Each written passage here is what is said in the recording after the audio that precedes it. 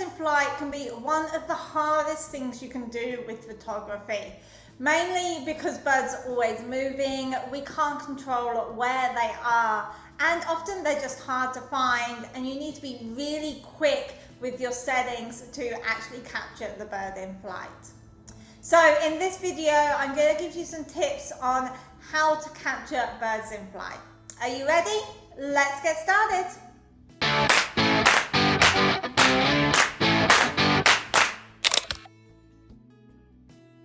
So tip number one is to always have the sun behind you when you are shooting birds in flight.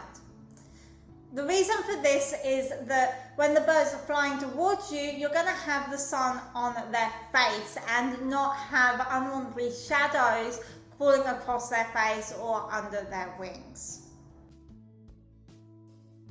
The next tip is to keep the background far away. So try to shoot in an open environment, so across an open body of water, across an open field, something like that, where the birds can start far away and move a lot closer to you as you're doing the shooting.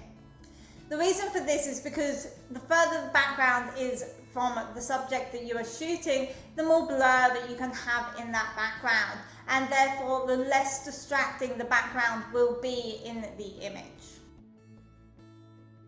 When it comes to your focus, you want to be using the continuous focus mode and have a group of focus points or a large focus area. This will help to ensure that your bird stays in focus as it flies through your shot or as it flies closer to you. Remember that you want the eye of the bird to be in focus. With any animal or person that you are shooting, you want to have the eyes nice and sharp, as it creates a connection with the viewer and the subject in the photo. So make sure that you have that focus point over the bird's eye, and that using that continuous focus mode will continue to follow the bird's eye as it tracks through the shot. For your shutter speed, you're going to want to be using a fast shutter speed to freeze the movement. Now, how fast exactly you want your shutter speed to be will depend on the species that you are shooting and how fast that they fly through your scene.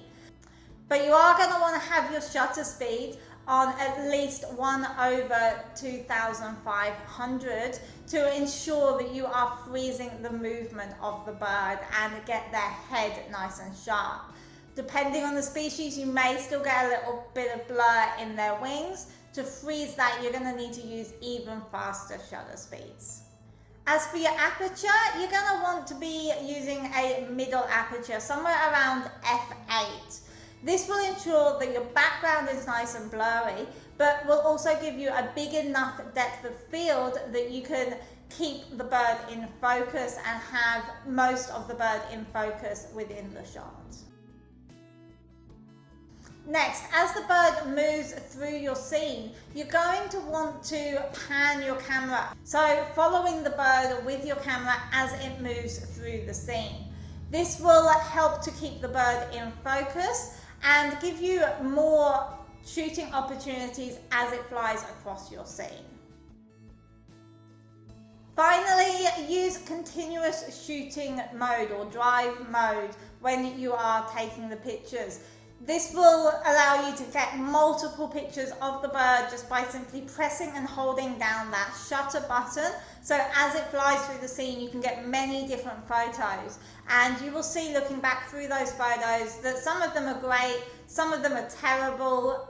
Some will have the bird's wing across its face or in an undesirable position. But taking lots of different photos like this gives you a higher chance of actually getting a perfect photo. I hope that you have found these tips useful. When it comes to bird photography, especially trying to get birds in flight, there is a lot of luck that comes into this with getting the right birds, having them flying in the right direction, into the right light.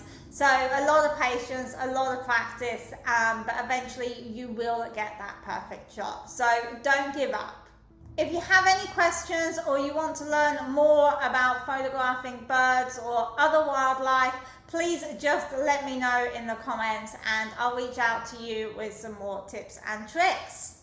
Thanks for watching and I'll see you again next time. Bye bye.